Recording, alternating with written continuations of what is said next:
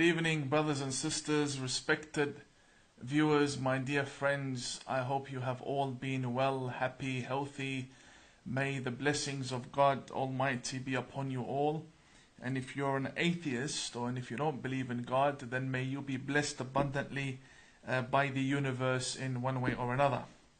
The purpose of my appearance live this evening is to make an announcement, and at the same time I'd like to see if my camera, my microphone, if everything is working well. And I'd also like to take some recommendations from you. Feel free to ask me anything tonight. I am absolutely free for the next 20 to 30 minutes. I'm at your service. Before I start taking any of your questions, it'll be great if some of you could possibly let me know if you could hear me well. Is my microphone working well? If it is, just give me number 1. That'll be great. I'm just testing my kit, so let me know if my microphone. Thank you, Mandy. Also, let me know if the camera's all clear, all good. No, Hakur says he can't hear me. In any case, the announcement that I have for you tonight is basically this. Between my hands, I have the entire religion of Islam. Literally, between my hands, and adding the Holy Quran with it as well. I'll just fix the screens over here. What I am dealing with right now is 5 volumes that form the law and religion of Islam. The 5 volumes. The first being the the first from this side being the Holy Quran, and then you have Sahih al-Bukhari, the 4 volumes that interpret the Holy Quran. This is exactly how they are placed in any mosque, or in the majority of mosques, and also the libraries and schools, Islamic schools. So this basically is the religion of all of the Sunni Muslims, regardless of their denominations, and also the religion of the majority of Shia Mufassirin, the interpreters. Now, I don't mean that this is their faith, but what I do mean is that their interpretations of the Holy Quran are based upon the Bukhari. So even the Shia school of thought, when you look at Tafsir al-Mizan, you look at all of these interpretations of the Holy Quran, you will find that this Bukhari has influenced scholars that ended up influencing the Shia scholars as well. So the Bukhari is a book that is agreed upon by all Muslims, all thinkers, see it as a respected, reliable source. Khomeini loved the Bukhari. Al-Khamenei, who is the supreme leader of Iran, who is also a Shia Muslim, reveres the Bukhari and probably even follows it in his daily life. And we have Maraja at-Taqlid, such as the Grand Ayatollah Fadlullah, who passed away. And we have also very prominent lecturers that travel the world preaching Islam, such as Sheikh al-Wa'ili, Ahmad al-Wa'ili. They all, whether it be Shia or Sunni, this is basically the reliable number 1 source for Sharia law, for Islam, and the history, and also the seerah and the hadith, and when it comes to understanding what the Prophet did, what he did not do. These 4 volumes basically interpret the Holy Quran. I am here making an announcement that as of tomorrow evening, whether it be, I'm hoping to be available at around 3 p.m. every Sunday. If not, then 5 p.m. But most definitely, I'm looking at around 5 p.m. every Sunday. Every Sunday, for as long as I am alive, I will come out and we will discuss different books. We'll start with the Bukhari, because we do have 4 volumes to go through. I'm not going to spend 1 year on each volume. Hopefully, we'll skim through the Bukhari, just to give you an understanding of what we were taught growing up as Muslim Imams, and what exactly lies within these books. What's happening? What's going on here? These books are in Arabic. They're not in English. They're in Arabic. So what exactly is here that the government doesn't know, the left doesn't know, left media doesn't know? And how does this radicalize? Why is this the main source that ISIS respects? Why is it that ISIS reveres these 4 volumes? What is in here exactly? I plan to come out and I will read for you in Arabic because that is my mother tongue.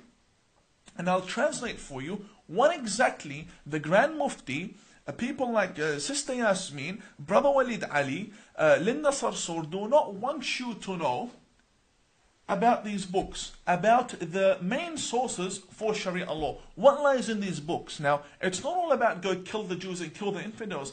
We have some serious problems within these books, and also that could result in a solution. We might reach a solution, we might reach a result or a conclusion together that the actual founders of the Sharia law abided by 90% of the Muslims could have been suffering some mental illness because of the things they have written in these books and the atrocities and the corruption and so on. Therefore, join me every Sunday starting tomorrow, 5 p.m. Eastern Standard Time, Australian Eastern Standard Time, Canberra timing, and we will go on together to try and understand what is exactly causing all the problems in this world. I don't play taqiyya at all. I will tell you what the problem is and why I am calling for the banning of these books, of this very book, and also the revision and understanding of the Holy Quran. With regards to these very books, the ABC Media Watch said that I was plain crazy for quoting them. So why don't we do them a service and do the whole world a service, including Australia a service, and start by showing the world what exactly is in these books. So join me tomorrow at 5 p.m. Canberra timing, and I shall show the world exactly what is going on in our books, why our children get radicalized, how they really see the Prophet Muhammad, what is happening, is there hypocrisy between the actual practicing Muslim and the Islamic scripts, what's so confusing about Islam, why are Muslims seen as weird and some of them just all crazy, what's happening, does this book, does this Bukhari have anything to do with it or no, why is it the most revered book, why is it that all Imams need to study the Bukhari, why, what's so important about this book? And does this have anything to do with Imams being silent from condemning terrorism? What's actually in this book? So I would like to call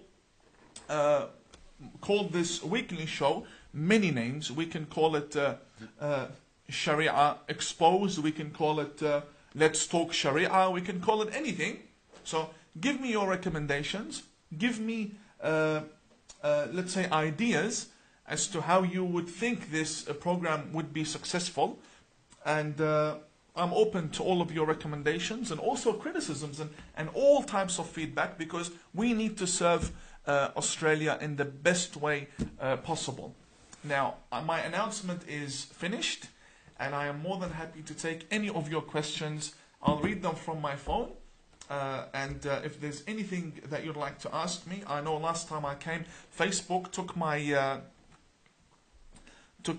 live feed away. They will not be able to do it this time at all. Even if they tried, they can't.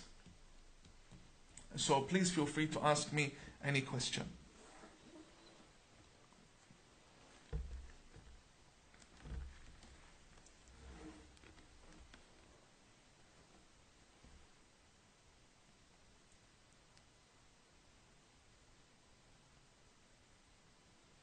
Liam says, do you have any plans to speak to Sam Harris or Sister Ayan? With regards to who I communicate with, I would like to keep that a bit private for now, for the safety of myself and other people around me. But I assure you that there has been some sort of contact, yes, professional contact between myself and other reformers and even some ex-Muslims around the world.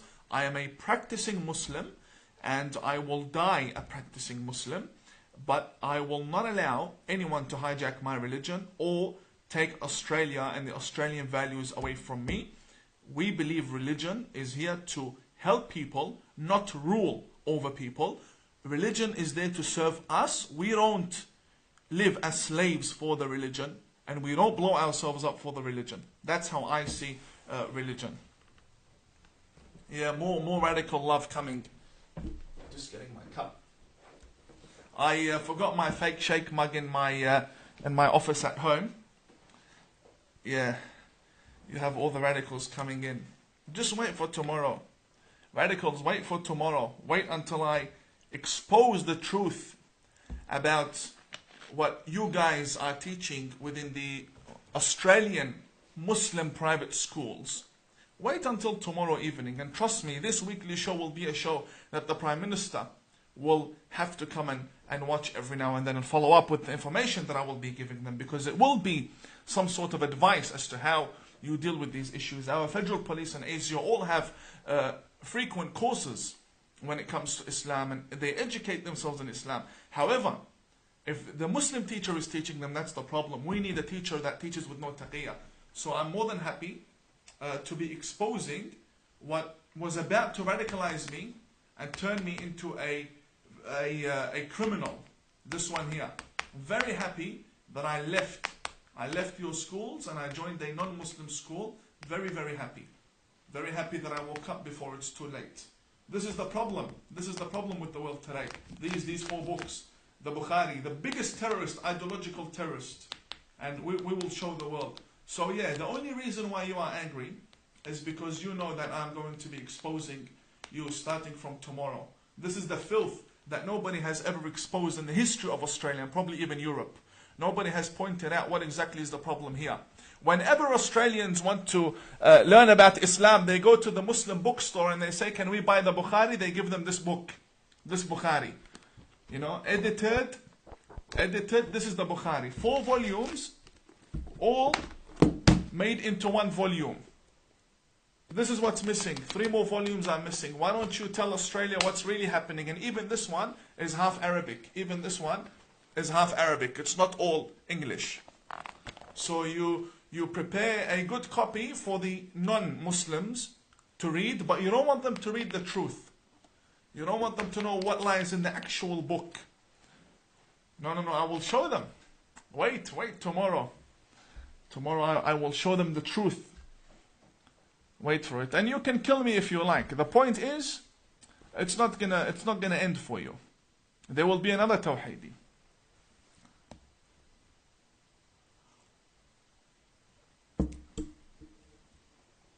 God bless you. Thank you. Thank you all.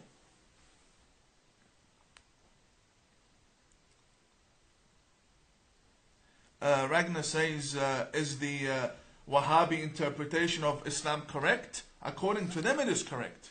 According to them, they need to kill the Jews and kill the Christians. If that is correct for them, that is not an Islam I want to be part of at all. I do not want to be part of an Islam that tells me to kill and massacre and butcher people. I do not want to be part of that Islam, and I wouldn't want any human being to be affected because of such an Islam at all.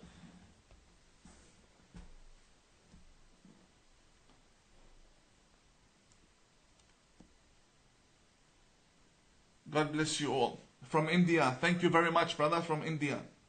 Thank you. Thank you. Thank you. Thank you. Hakur says, can you read from Kitab al-Kafi? I will. This Sunday program will not only focus on the Bukhari. I'm not here to spread sectarianism or to say the Shia are better than the Sunnah. No. This book has influenced the Shia and the Sunnah. The Shia and the Sunni faith. This book has been the main source for Islam for 1,200 years. 2 centuries after the Prophet Muhammad, this book appeared. And therefore we need to really come and filter what's happening. We need to understand, and I will show the people with no taqiyya. And I'd be more than happy if the Grand Mufti would like to come and explain to us what really is going on. Why does he quote from this book? Why does he revere this book? What's happening?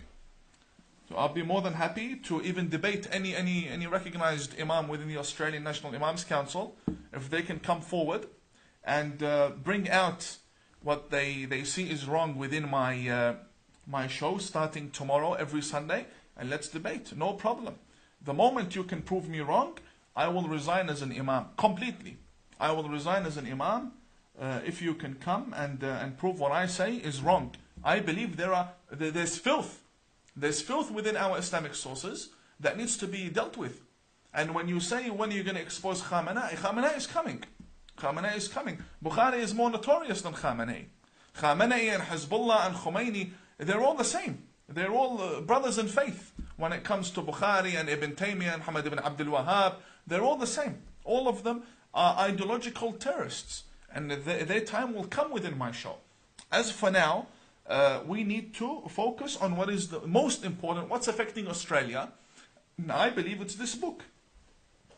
So definitely we'll get to them one by one. I'm not here to push Shia Islam or to push my faith. I'm not here. In my whole life, I have not converted one person to Islam. In my whole life. Never. And I don't plan to. I believe people should be free to believe what they want to believe. This here is for your information, basically. I'm not gaining anything out of it. In fact, more death threats will come my way. I'm not gaining anything out of it. And we need to clarify to the people where the problem lies within the Muslim community. This Bukhari is a cancer. This Bukhari, I do not care how sacred it is and how glorified it is. If radicals want to glorify this book, then let them glorify whatever they want to glorify. If they want to glorify scriptures that tell them to behead and kill and massacre, that's up to them.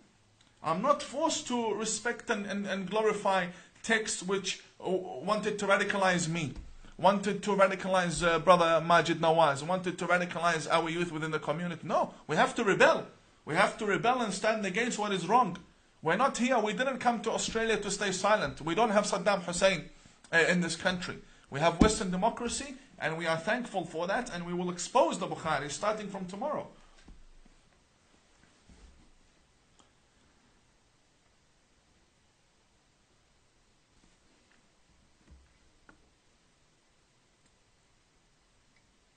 Sister Aylar, we'll get to the Quran. We'll get to the Quran. I have a wonderful Christian friend.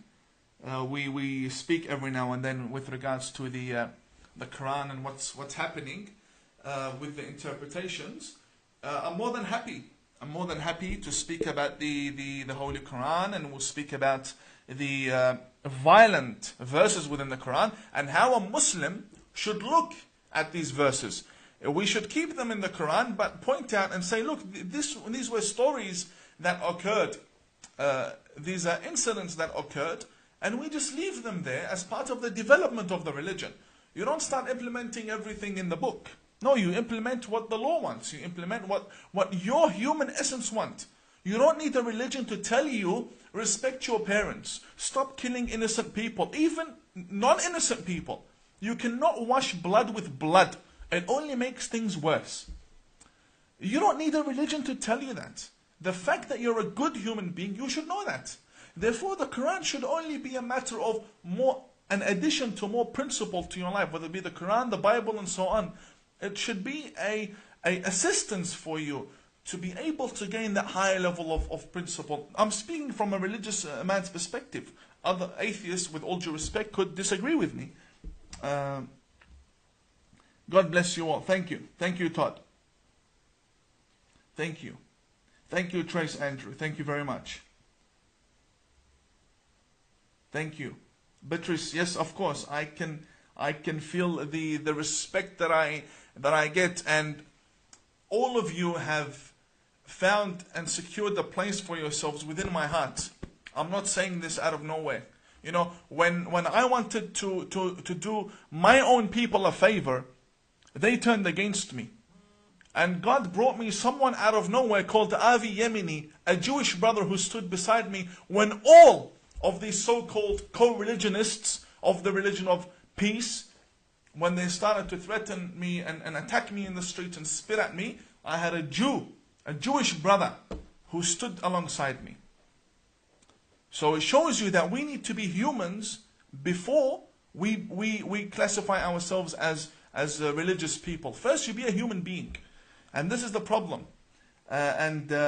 Yeah, look, the Muslims are threatening. Not all of them. No, you have many radicals. I said we're infested.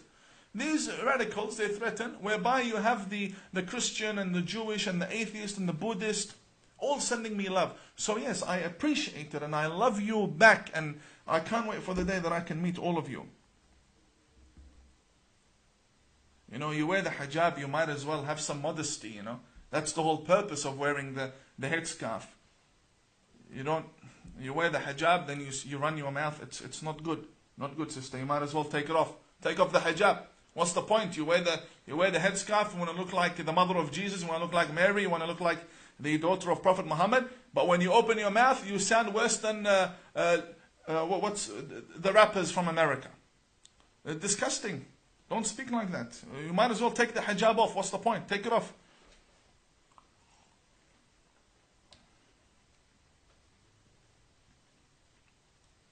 God bless you, Matty. Thank you. Todd, God bless you. Thank you. Thank you. Jacqueline, thank you very much. Thank you. Moe says, why are you wearing a beard? I wear a beard because it makes me look good. That's what I've been told. I don't know. My wife likes it. I look skinny when I shave it off. I don't look Arab when I don't have a beard. Any other reason you like. It doesn't have to be Sharia law. I want to look like Ali G. Whatever reason you want to put there for me. It's got nothing to do with look, having a beard doesn't make you a better person. It doesn't make you a more religious person. Wearing a scarf doesn't make you a better person. It's just, I have a beard. This is how I look, you know. Al-Salam, brother. Hopefully I'll see you soon. God bless you, brother. Always good to hear from you. Abu Ahmad Talib says, why do you hate all Sunnis? I don't hate all Sunnis. I have Sunni family members and I was raised amongst the Sunnis and I was educated by Sunni Muslims. I do not hate the Sunnis. That is a lie. I hate the figures that ruled over us and the Sunnis. I hate the terrorists within Islamic history. That's who I hate. The same with many left non-Muslims. They hate Trump. They hate Trump. But in reality, they don't hate the American nation. You can hate someone, but you shouldn't hate them for who they are. You should hate an ideology. You should hate a line of thinking. You should hate the beheadings. You shouldn't hate people for who they are. But in my case, I hate certain figures because I know what they did, and they butchered and they massacred and they spread Islam by the sword from Saudi Arabia down to Africa. The people that I know of and what I have studied, I cannot love them. I can't love them because I don't consider them as human beings.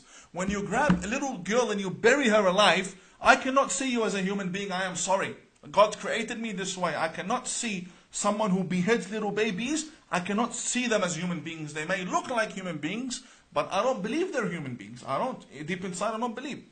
I hate these figures. So if you have a problem with a leader, you can hate what Trump is doing, but it doesn't mean you hate the whole American nation. It doesn't mean you hate everyone within that country. You have a problem with the leader. The same with me. I have a problem with specific leaders. It doesn't mean I hate all of the Sunnis or I hate everyone. That's not true.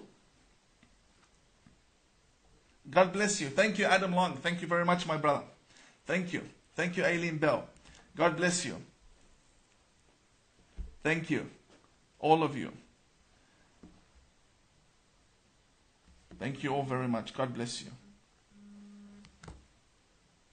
Thank you. Thank you. I'll be taking questions for the next 15 minutes. So if you have any questions, I'll be more than happy to take them.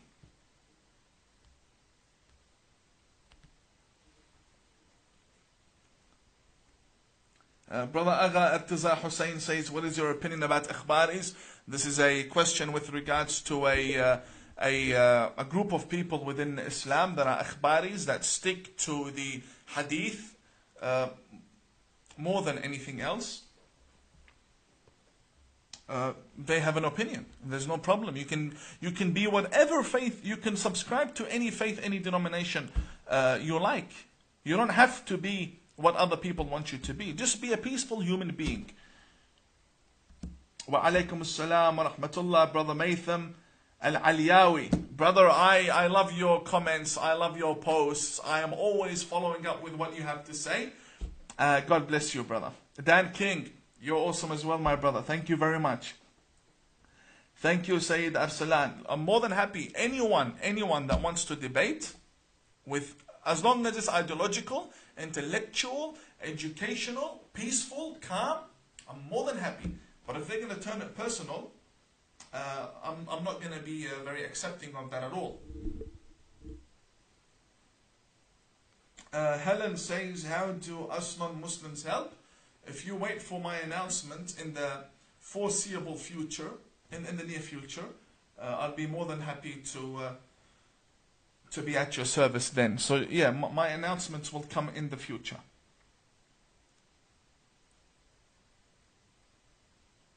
Simon, God bless you. My ideology includes love of Jesus Christ and the love of Mary, the mother of Jesus, and the belief that she is absolutely pure and virgin, and I believe in the miraculous birth of Jesus Christ, and I love Jesus, and Jesus plays a big role in my life, in what I do, in all of his teachings, and I have the Bible at home. I have no problem with Christianity. To me, Islam has to be a religion that accepts Jesus Christ. If you don't accept Jesus Christ, then you're misguided. You can follow any prophet you like. If you don't have Jesus in your life, you are misguided. That's how I see it. As religious people, from a religious man's perspective, and with all due respect to everyone else. And the same applies to Moses, the prophets of Israel. All of God's messengers need to be respected, and we need to learn from them. We need to start distinguishing and differentiating between philosophers and thinkers and the messengers of God. Philosophers you can disagree with, you can love and hate and whatever.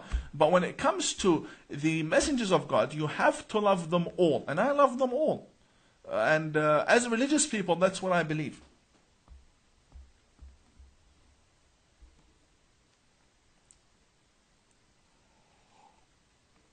Yeah, Hussein.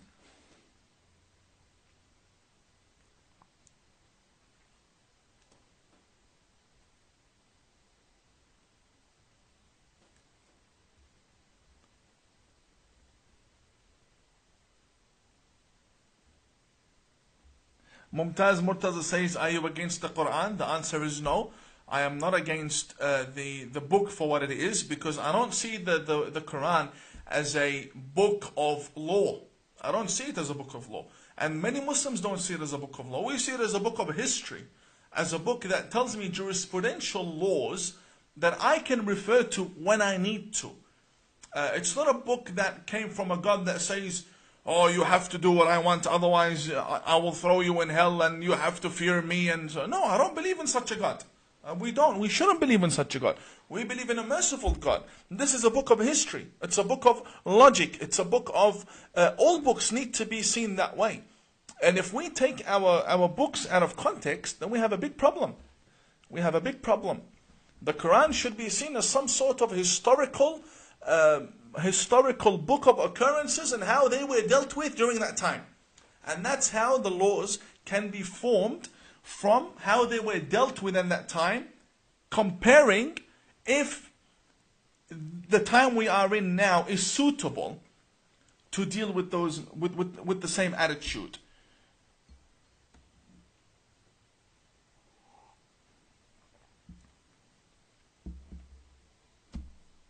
Kamran says, don't come to the UK. I've actually been to the UK, and there's a trip coming up in the very near future.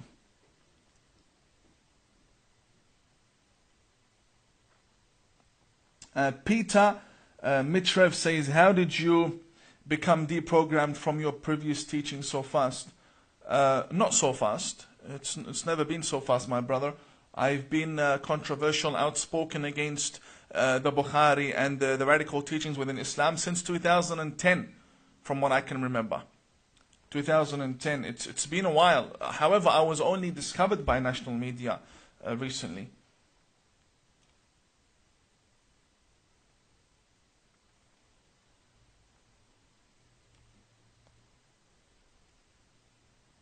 Oh, brothers and sisters,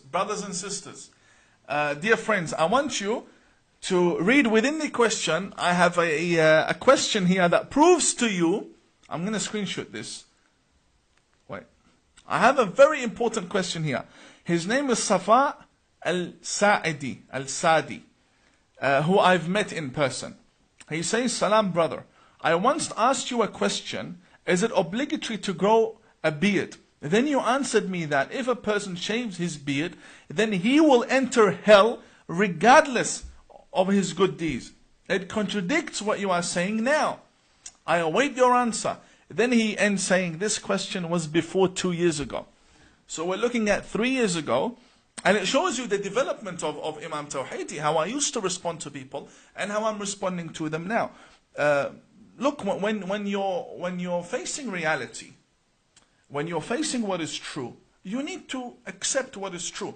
People shouldn't be thrown in hell because they don't have a beard. Okay, now we have many men who don't have beards. Not because they shave them, they just can't grow a beard.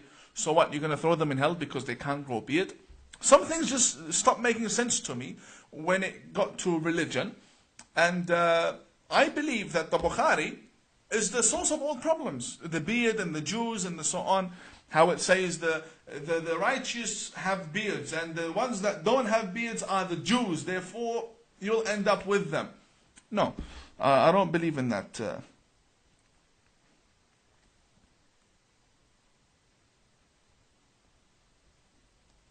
Thank you.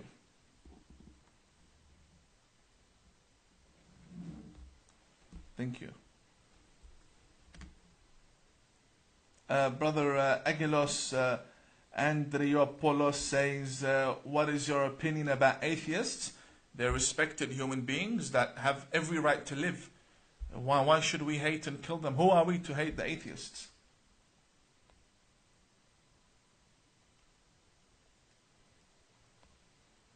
Sayyid Zain, stop it.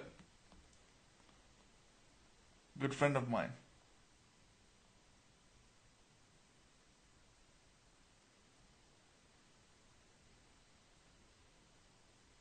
Sayyid Zain says, if hijab and beard don't make you a better person, then why did Allah make it obligatory upon Muslim men and women?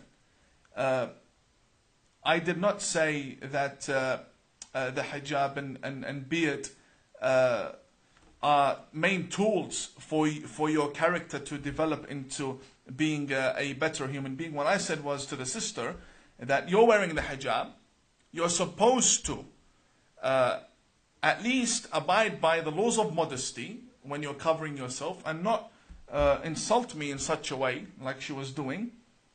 And then I said the beard doesn't make you a better person. In reality, we have a very common understanding. Having a beard or not will not be the scale of measurement as to where you will enter hellfire or heaven. It doesn't work like that.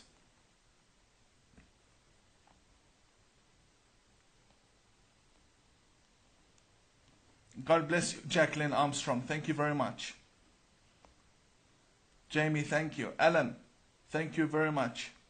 Alan Dalisa.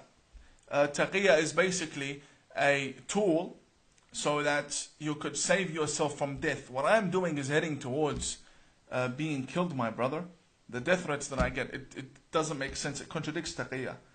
And I have nothing to lose. Or in the end, if I did end up being someone who was applying taqiyya all these years, then it just goes to prove your point. You would be the one that benefits out of it if I was actually practicing taqiyya. Sister Zinat, Assalamu alaikum. Brother Mario says, did Muhammad have a beard? Yes, he did. Jamie, God bless you. And JD, God bless you.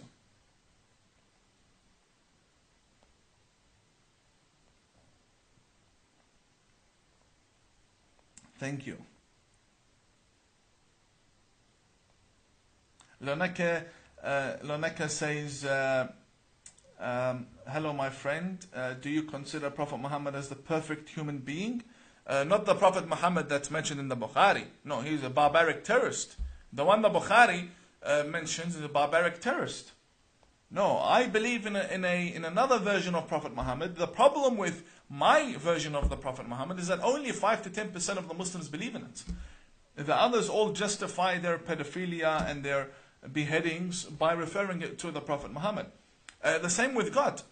Some Muslims believe that God has a body. Some Muslims believe he's made out of light. Some Muslims believe he doesn't have a body and he isn't made out of light, and we don't even know what he's made of. And it states لَيْسَ كَمِثْلِهِ شَيْءٍ, there is nothing like God, so you can't really describe. And the same with the Prophet Muhammad. Many see the Prophet Muhammad differently. There are different studies to the Prophet Muhammad and his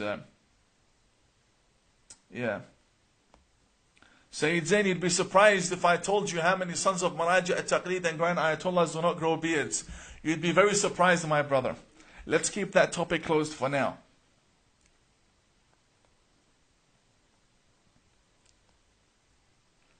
Borka says there's a name for people with no beard. They're called women. A non-Muslim Christian sister in humanity. God bless you. That was her comment.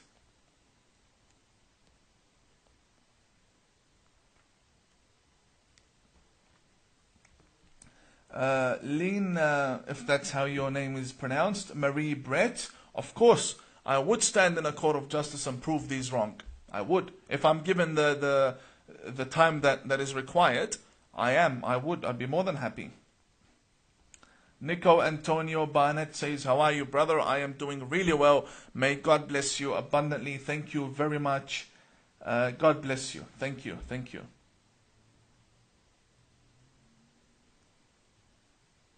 Thank you. Can you hear me well?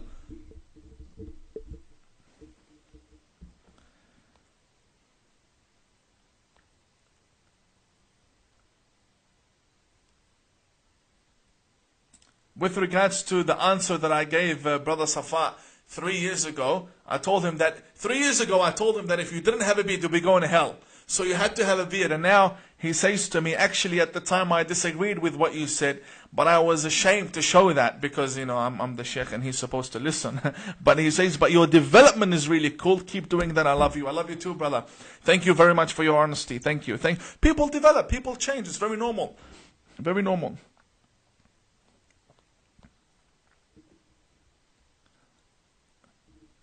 Safa Hawad says, are you against some of the Sahaba? Of course, with full pride and honor.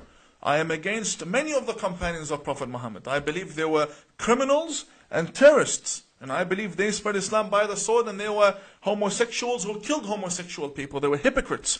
And including and I also criticize the companions of Imam Ali. It's not like I cherry pick. No, I criticize people who are wrong in history.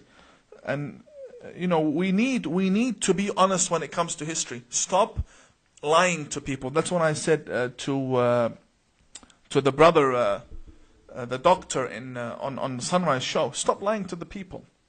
And tomorrow, many things will be clarified about where I come from as a Muslim Imam.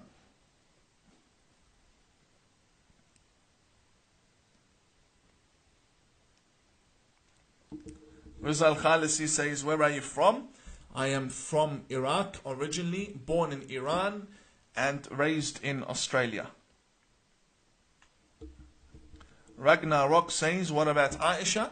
Aisha is no different. The wives of the Prophet Muhammad, they weren't all good women. They weren't different. Aisha was a terrorist. The wife of the Prophet Muhammad, she was a terrorist. And she killed the Prophet Muhammad, according to the evidences that we have, and I will show this in the Sunday programs.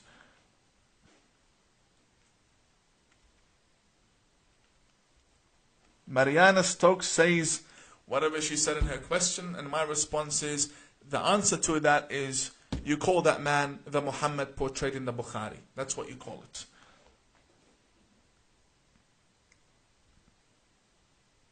God bless you. Thank you. Thank you, Leah Murray. God bless you.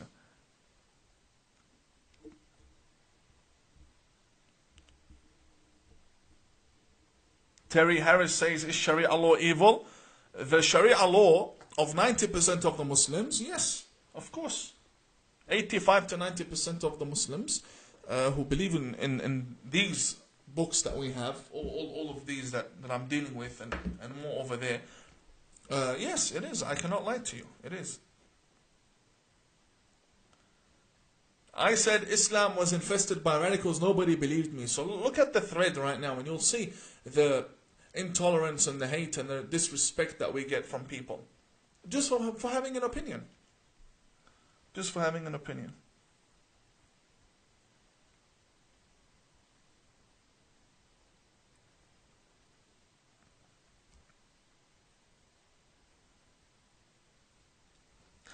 Pika asks, how did Aisha kill Prophet Muhammad? There's a report, an authentic report, within the books of Islamic history where Aisha herself confesses, وَلَدَدْنَا رَسُولَ اللَّهِ, that we placed poison in the mouth of the Prophet Muhammad. And also the Prophet himself says, مَا مِنَّا إِلَّا مَسْمُومٌ أَوْ مَقْتُولٌ. None of us are either, none of us die a normal death. We're either killed or poisoned. And that's exactly what happened, because these people, they love the radicals. And what can I do? They love the radicals. They love radicalization. They love it. They will only follow Prophet Muhammad because they believe he's a radical. That's the only reason why they believe in Prophet Muhammad. They will not follow someone who tells them to love the Jewish and hug the Christian and have food with the Buddhist and sit with the atheist. No, no, no. No, they have their own radical beliefs and they go and find a prophet that suits their desires and they follow him. And they found this biggest lie in history. The biggest lie in history, the Bukhari, and now we have a big ideology forming 90% of the Muslims. We have a big problem. Sheikh Mustafa, assalamu alaikum, my brother. Thank you very much for joining.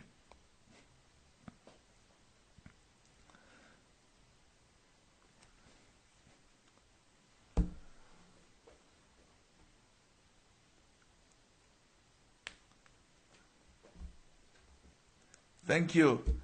Thank you, thank you, thank you. I'll bring the proof. I'll bring the proof about Aisha and Umar and Abu Bakr and these crooks and criminals. I'll bring the proof. Every Sunday, join me if you're really concerned about your religion, join me every Sunday. If you really want to improve as human beings, join me every Sunday as of tomorrow, 5 p.m. I'll be more than happy to serve you. I am a servant. I am a servant. I'll be more than happy.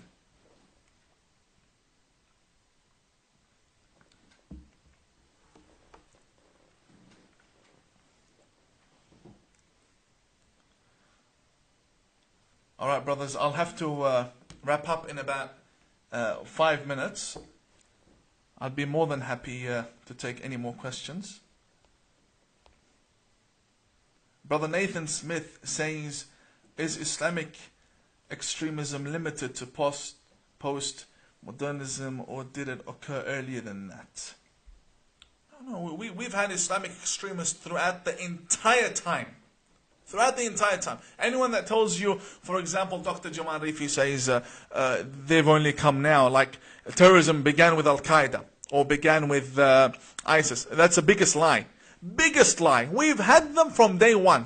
We've had these terrorists in our religion from day one.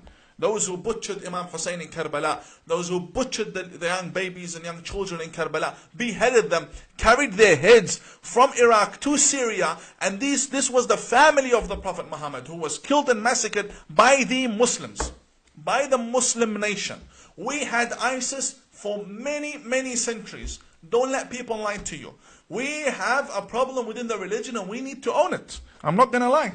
Your Khalifa Umar butchered and killed people. And he spread Islam by the sword. He didn't have Twitter or Facebook 1,400 years ago to spread Islam from Arabia down to Indonesia and Africa and Europe. How did it spread? It spread by the sword. And until now, ISIS is the best example for what the caliphs were like. I'm not going to lie to the people. I will not lie to the people. You have a problem and you need to announce it as Muslims. I say we have a problem and I'm announcing it. You don't want to admit to the problem that you have. And this is what's keeping you backwards. And the main issue is people are now waking up and you're still living in your own imaginary world. Wake up. Abu Bakr, Umar, Uthman were criminals. Absolute criminals. And so were some of the companions of Imam Ali as well. And the wives of the Prophet were also criminals. Some of them, not all of them. I'm not generalizing, but this is history. We'll get to it tomorrow. I'm a Muslim not in your Islam. I'm a Muslim that believes in Moses and Jesus, exactly what the Quran wanted from me. Love and respect everyone. That's the type of a Muslim I am. Love and respect everyone. Why is that so hard for you to do? Why do you need to be taught to love people? Shouldn't it already be in your hearts from birth? Like, what are you guys born with? A heart that hates the world? Like, you need to be taught to love? You should already have that within you. Brother Mas'ud, salamu alaikum. Mas'ud Khaqani, it's been a while. God bless you all. Of course it needs reformation. All of these crimes, the Bukhari and these crimes, you don't want to admit to the people. You have two options. It's either you admit that your caliphs, Abu Bakr, Umar, Uthman, were criminals who butchered people in the name of religion and spread Islam and forced Christians to become Muslims.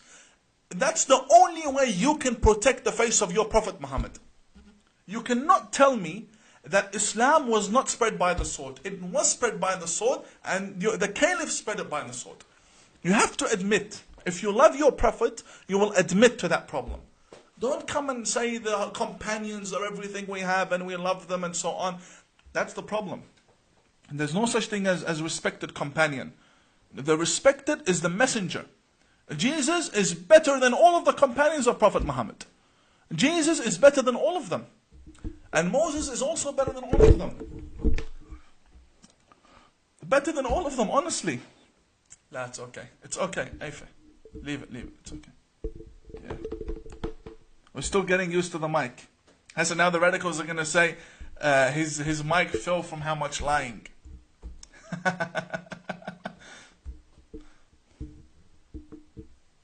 God bless you all.